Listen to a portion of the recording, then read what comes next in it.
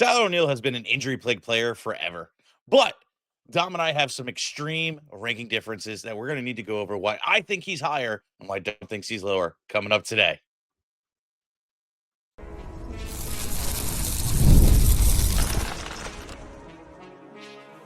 You are Locked On Fantasy Baseball, your daily fantasy baseball podcast. Part of the Locked On Podcast Network, your team every day.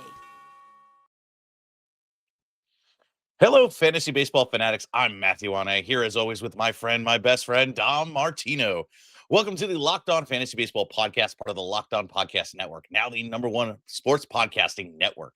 Thank you, everydayers and new listeners, for making us your first listen every day. Dom and I are longtime fantasy baseball analysts with, between the two of us, over 40 years of experience. And the reason why we do this show is to share that knowledge with you. Wherever you're watching or listening, please be sure to like, subscribe, comment, rate, and review. Today's episode is brought to you by FanDuel. It's called Last Call for Football on FanDuel. If you're a new customer, just bet $5, and if your first bet wins, you'll get $200 in bonus bets. But all right, I got a great episode for you today. We're covering our last round of outfielders. For those deeper leagues where you have 4 outfield positions, and we got a really good one today. Did a lot of ranking debates and things like that, and like I mentioned at the top here in the opening. Dom and I have some serious differences in where to rank Tyler O'Neill. And, he's been a guy that always has showed promise. Am I giving him too much of the benefit of the doubt, or is Dom being too of a negative Nancy?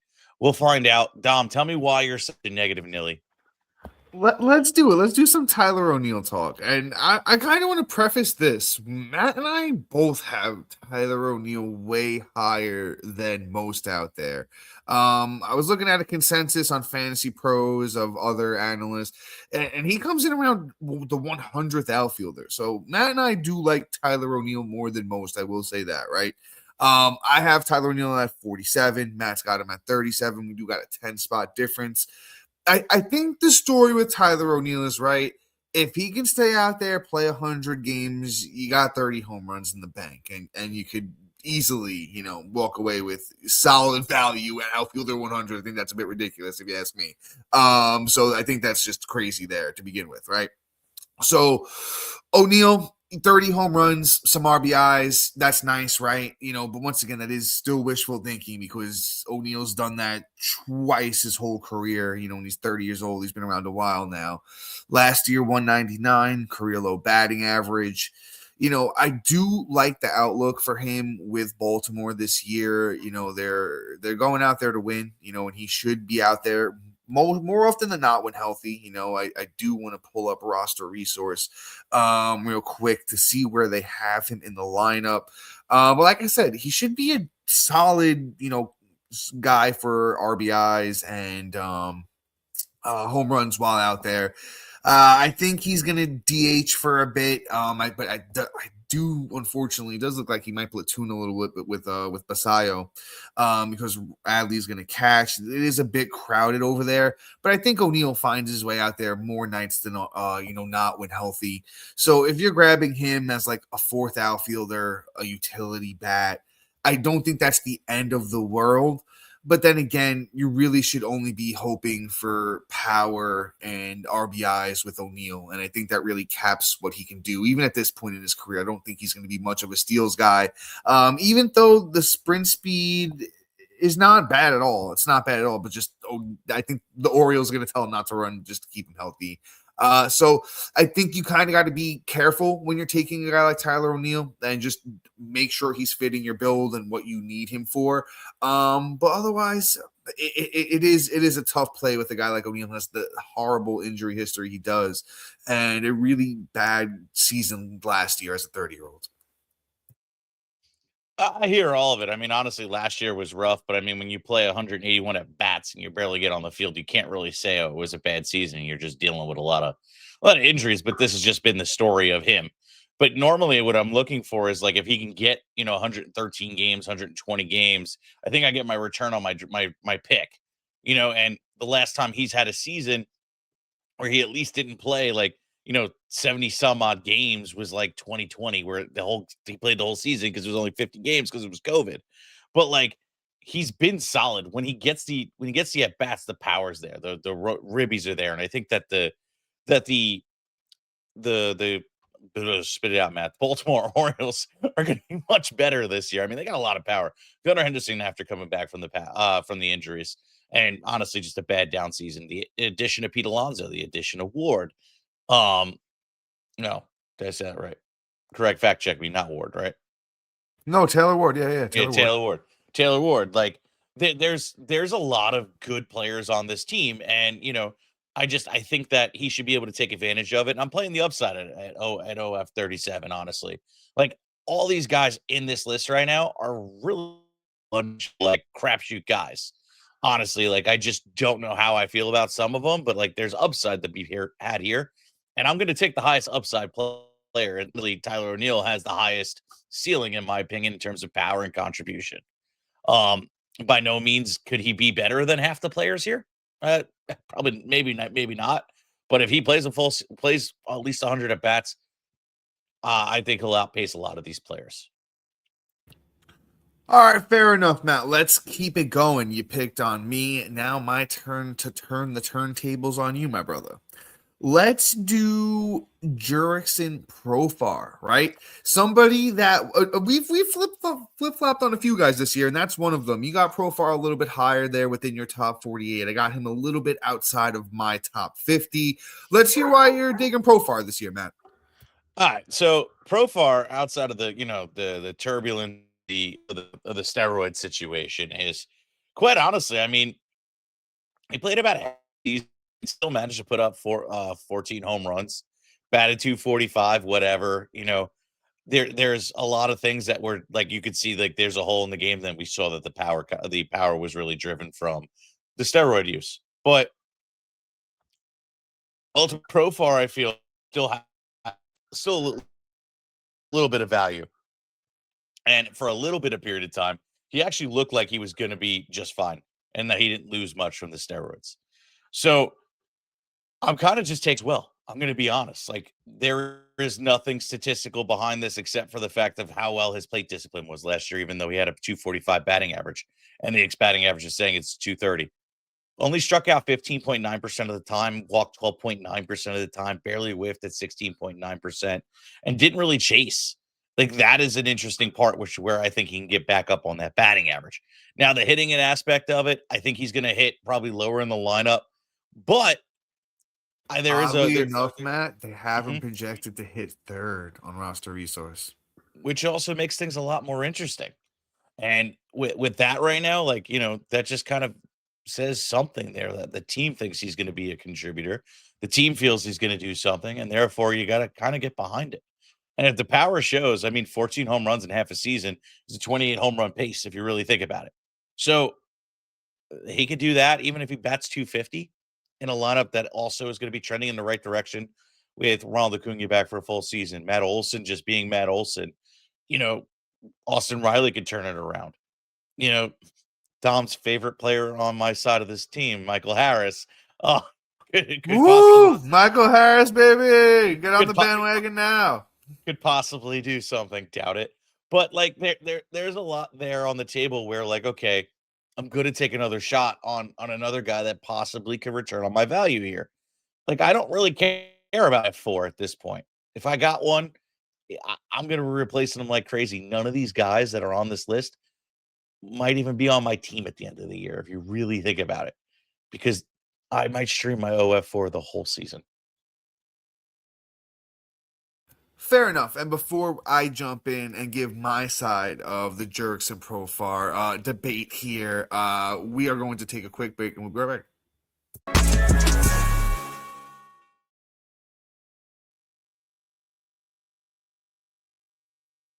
Matt, you're muted.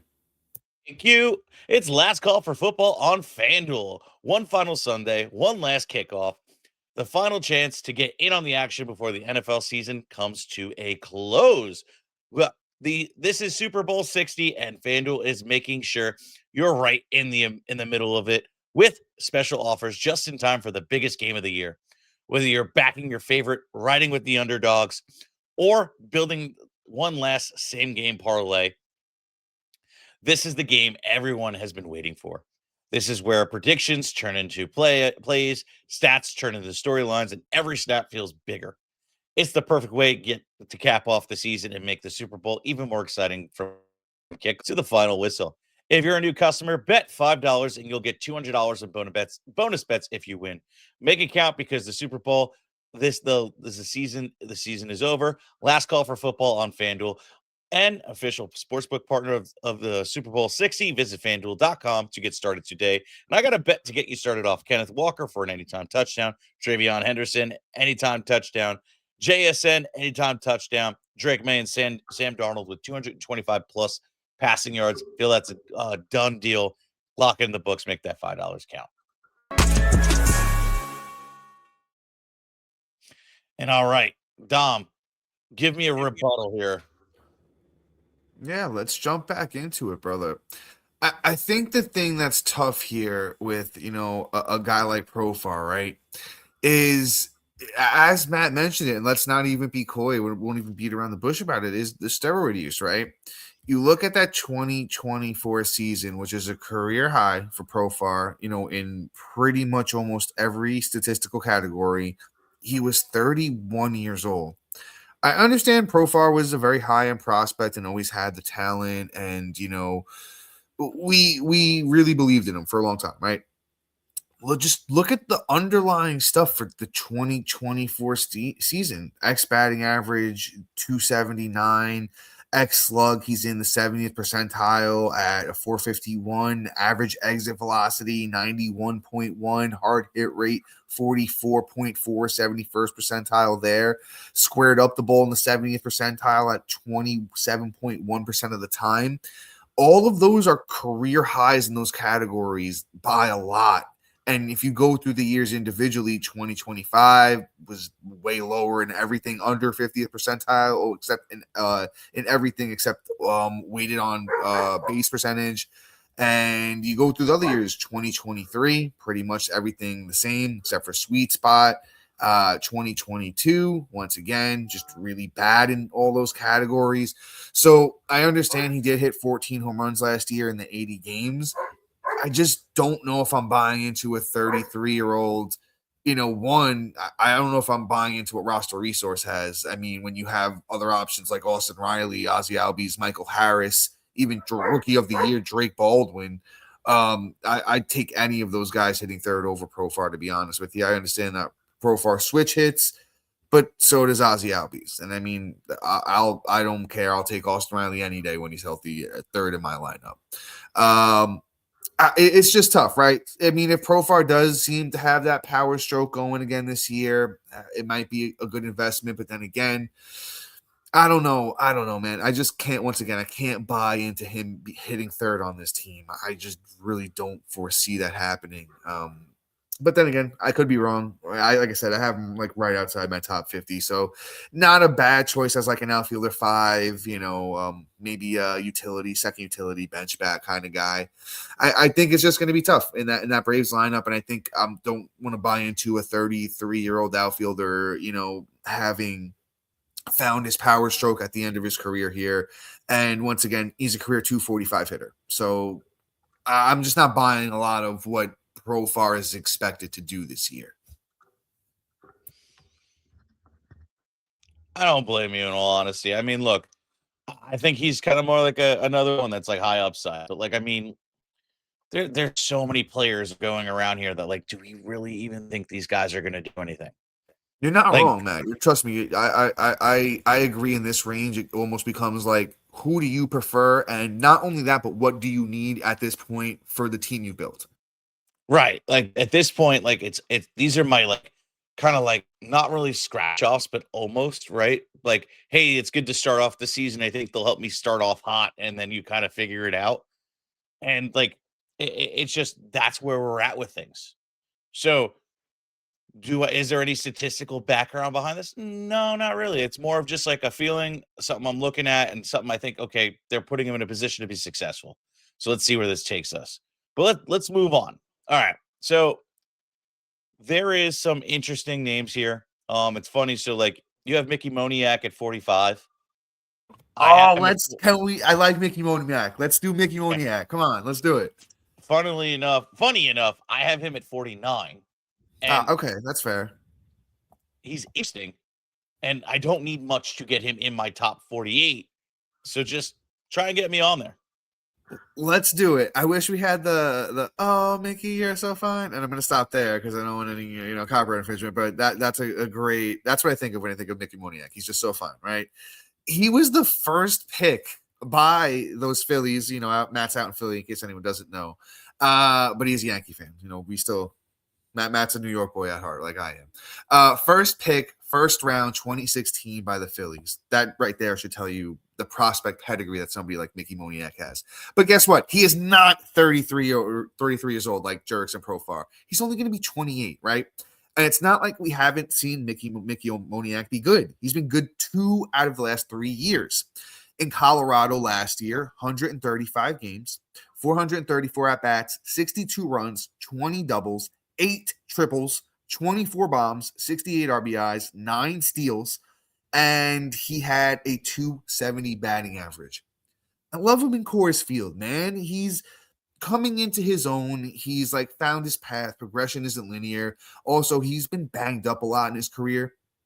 I don't want to forget the 85 games in 2023 either, where Moniak was with the Angels and he had 311 at-bats, 35 runs, 21 doubles in 85 games is insane.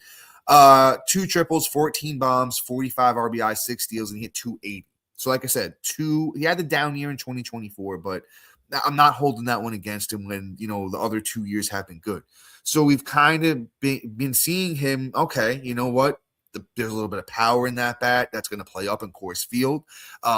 He's got a little bit of speed in him. He could get you, maybe 15 bags if he gets 150 games plus.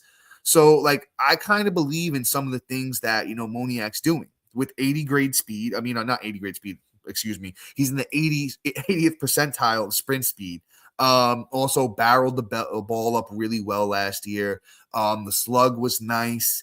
Found the sweet spot well. Yeah, he's going to strike out a bunch, but look at even somebody like prime Mike Trout who, used to strike out a lot too. So that's not something I necessarily worry about. I still think Moniak could hit 260 plus with 25 plus home runs, maybe even closer to 30 if he gets 155 games played, 15 bags. And things start to look pretty nice for him. I kind of even want to see where he's projected to hit in this Rockies lineup, because I'll say this too. The Rockies obviously are a bad team for real baseball, right? But could they score some runs this year? Look at the lineup. Tovar first, who, I believe in. I'm pretty sure Matt likes him as well. Mickey Moniak 2, Hunter Goodman 3. After that, it gets a little sketchy. I would think a guy like Brenton Doyle might hit cleanup in this lineup. And once again, me and Roster Resource are going to disagree here. Jordan Beck, who had a good year last year as a 24-year-old, going to be 25 this year. They picked up a Jake McCarthy. They picked up an Edward Julian. There's some names. They picked up a Willie Castro. I didn't even know that until I just looked at Roster Resource. So this team actually looks scrappy, right? I think Mickey Moniak hitting second on this team. Actually, I might even have to move Mickey Moniak up a little bit, to be honest. So I like Mickey Moniak, and as we really burn down, he might get a little bit moved up a little bit more too. At it, look, he barreled 13.8% of the time, hard hit percentage of 45.3%, had 24 home runs and 434 at bats. I mean, he would have got another 100 at bats. We might have saw 6 more home runs at this rate, plus half the games are hitting Coors. There's a possibility. There is. The Rays and moving runs him are up going as to be we speak. Yeah, same. There is a cap, of course, because of the team, but there's energy, there's movement, and if Doyle bounces back, which again he was doing a lot of personal issues, there's some intriguing things that could possibly turn their way. So, yeah, I see it. You've talked me into it. Now it's a matter of getting somebody else in.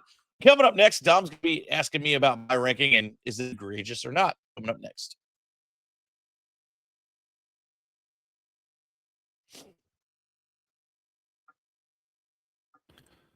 All right, Matt, let's do it, my brother. And you know what? I want to do kind of something in the same fashion you did. Somebody I have right outside my top 15, and I don't think it takes me a lot to get him in there. Is Wilyer Abreu of those Boston Red Sox, man. He did have a lot of good points last year. I know I picked him up on my fantasy teams. I know we talked about him on a lot of ad episodes.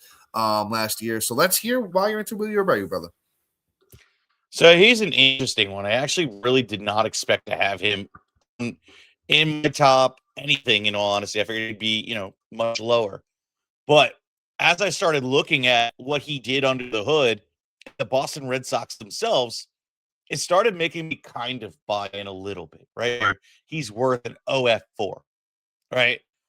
There's a little bit of upside, but I think if anything, he'll maintain his value and he won't lose out by picking him. He's not going to be a waste of a pick. He barreled 12.3% last year. Mix that into a hard hit percentage of 44.9%. That's actually really good.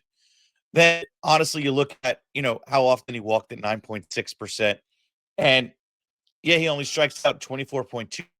So, tells you there could be some positive regression where if he can just kind of get to his career average, which is a 256 batting average, you're kind of not mad at that at all. Then you look at, okay, cool. The Boston Red Sox are taking a step forward. Roman Anthony's in play. Other people are coming at. Trevor Story hasn't been looking bad. I'm really like, I'm digging the Red Sox overall. So, and I hate saying that as a Yankee fan, I'm not gonna lie, but I was gonna say something to you after the show, but you brought it up. So, but like from a fantasy baseball perspective, you got to look at it and say, Abreu actually poses some serious thing. And I misspoke again. I'm getting gaffes all day. Story isn't on this team anymore. What am I saying these days? Apologize. The team is pretty good. You Dane Raphael, you got Roman Anthony. Oh no, Story's there. What am I saying? I'm losing my mind. Jerry Duran, Wilson Contreras, Marcelo Mayer. Like there is a whole bunch of names as to why he could turn it around and give you some kind of value. They're also projected to hit fifth, which is actually really nice. Like he's gonna have Contreras Duran hitting right in front of him, along with Story and Anthony. He's in a position to get ribs, and that is big, especially with the bat that he has. He can hit the home runs. He could do everything you need to cross the finish line. I mean, there is a world and a way where he even performs as a top 36, maybe 37 fringe outfielder. Yeah, man. It's like I said, I don't think it's take me much. I think I could see him sneaking into my top 50 easily for sure. You had a lot of good points on him. I think the only thing that just makes me a little bit nervous with Abreu is don't forget you got Yoshida, who I'm sure they're going to want to get at bats here and there. And I think there just winds up being a world where whether it's Yoshida or they got a couple young prospects over there in Boston too, still waiting in the wings, right? Somebody else, maybe if it's a performance issue, because that was the thing with Abreu. He had really high highs last year, 2 weeks runs where he was hitting home runs, stealing a couple bags, hitting for batting average, and then kind of fizzled out for those longer periods of time. So, going to be 27 this year. And I think this is the year for Abreu. Even like, I forget who we were talking about the other day where I was saying they're on the hot seat, but I feel kind of the same thing with Abreu this year. If he doesn't start off hot, we might see a little bit more Yoshida. And there's just a world where it doesn't work out. But like you said, there's a world where it turns into 30 plus home runs, 85, 90 RBIs. If he gets you that 250, 260 batting average, it looks really good.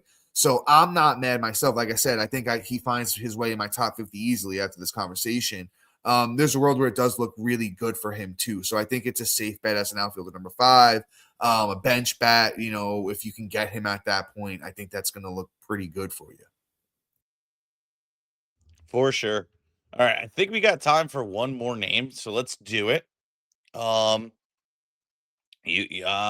see here. Of us just like debating, right? I want to hear about like why you have Evan Carter at 43, I'm at 48, which I don't think is too much of a difference for him. But like, I think we're both kind of in the same ball game of trying to get Evan Carter on our team. How do you feel about him this year? What's your perspective on him? Love Evan Carter, man. Matt, great call. Let's kind of do just why we have him this high, because I don't think the consensus has him that high or ADP has him that high. Matt, if you want to fact check that while I'm talking about him here, that'd be awesome. Let's not forget he's 23 years old. Prospect fatigue, I think, happens so fast these days where we kind of just want to move on to the next big thing. And obviously this year we have the Connor Griffins and the McGonicals and the Weatherholts, and we kind of just forget about, the other young guys who have played a few years in the bigs and, have that high end potential. And Evan Carter does that. I think it was little as what, Matt, going into the 2024 season, he was being taken as like a top 25 outfielder. How quick we are to forget, right? Yeah, how quick we are to forget about that. So I think the thing with Evan Carter is there's power here. There's power in this bat. It's not amazing power, but it's 25 home run power. Evan Carter coming off the board at 303. Crazy. That's wild. Like, like Matt, and I have been prefacing this whole episode, and even the last is, it's about where you want to throw your darts and why, right? And a guy like Evan Carter, I just feel like adds up like so many reasons. Like, oh yeah, like he has some power. He stole 14 bags last year in 63 games. So the wheels are there too. I think you're talking about a 25 guy as soon as this year, if everything works out right and he's healthy. The batting average, he hit for batting average in the minor, hit 247 last year, battling through injuries for 63 games. So kind of shows you right there that, hey, even in a year where he didn't have it all rocking and rolling, still hit for batting average. Let's even go through his minor league career. In 106 games through high A and double A in 2022, he hit 295. That's Evan Carter, once again, outfielder for the Texas Rangers, who we're talking about right now. As a 20-year-older through 3 levels, which is double A, rookie ball, and triple A in 2023, through 108 games, hit 288, hit 306 in 23 games in the bigs when he first got called up in 2023. I had the down 24, and like you said, last year wasn't a great year, but I just think there's a world where, once again, we talk about Evan Carter going into 2027 as a potential top 25 outfielder just because of what he brings to the table. It could be a really good combination of almost all 5 tools, where you see the batting average, you see the home runs, you see the steals. And it's going to be the Texas Rangers lineup this year. That's kind of going to be the question for the runs and RBIs. I kind of want to see where he's projected to hit in this lineup and who they have around him right now. If he's anywhere near Corey Seager, that's going to be a good thing for him. I'm just fact-checking that real quick.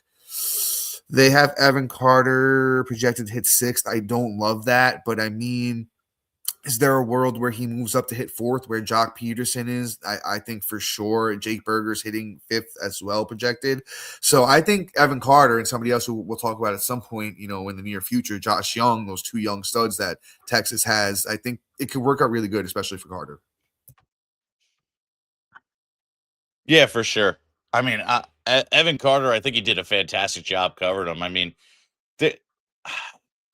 it's really intriguing to see how he's going so late. Obviously, we're not going to draft him this high. Like, we're not going to take him with the 48th overall outfielder. He's like a last minute pick, but like, quite honestly, like, this is the perfect guy that, like, hey, we have him overranked for a reason, and it's a guy that you can feel confident drafting at the end of the draft, which I think even in our mock drafts, we need to reflect this a little bit more. If he's there, I think I'm going to have to pick him because it's just such a sneaky little pick.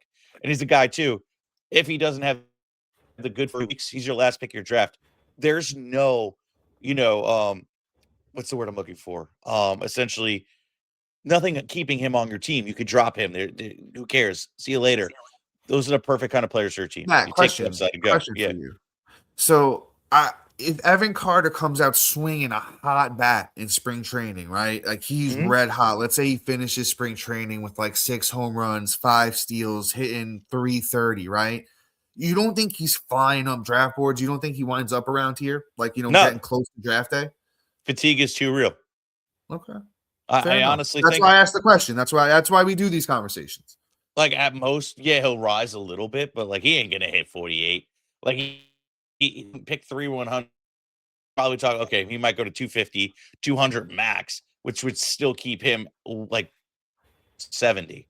So it's one of those things where like, okay, we're good. We're still gonna be able to get him on a discount, and it's gonna be just fine. I still feel like I still feel like he was relevant enough recently that the fantasy baseball community, and I'll even say this myself, I might be one of the guys who kind of gets like, a little antsy with a guy like Evan Carter, just because at this point in the outfield, you're talking about the mid 40s where, forgive me, I'm trying to figure out where that winds up being in the draft. I'm thinking like, what is that, like pick 150? Hold on. I'm figuring this out. Yeah, I'm actually not like 160, 170. I think he winds up around there, even closer to like, who do we want? Do we want like a guy like Steven Kwan, who we kind of know who he is at this point in his career? Alec Burleson, Addison Barger, guys like that. But then there are the guys who I definitely want over him, like the Mike Trouts, the Chandler Simpson, the Noel V. Martes. Like, it's just such a weird spot at outfield right now that I kind of think like you said, Matt, we kind of got to stand on the guys we like, and especially if you're doing your home league where honestly ADP almost goes out the window, because I know in my home leagues, we just take who we want and we stand on business about it. And if you want Evan Carter and he's swinging that hot bat in spring training, man, I'm taking him as my my fifth outfielder, fourth outfielder, and things like that, or even a second utility bat. I'm not even mad at it at that point in time. Yeah, I mean, things are not like. I mean, look, he's a lottery pick at this point. Like, this is the kind of guys I kind of target at the end of the draft. Like, a guy with high upside that goes. I mean, you never know. But I didn't even realize time. So, guys, please like, subscribe, comment, rate, review, do everything you can to share the show, because we truly love bringing it to you. We're actually going to hit third base because we forgot it all entirely because it's just so putrid. So we'll be hitting that tomorrow. So stick around. And once again, peace out. So.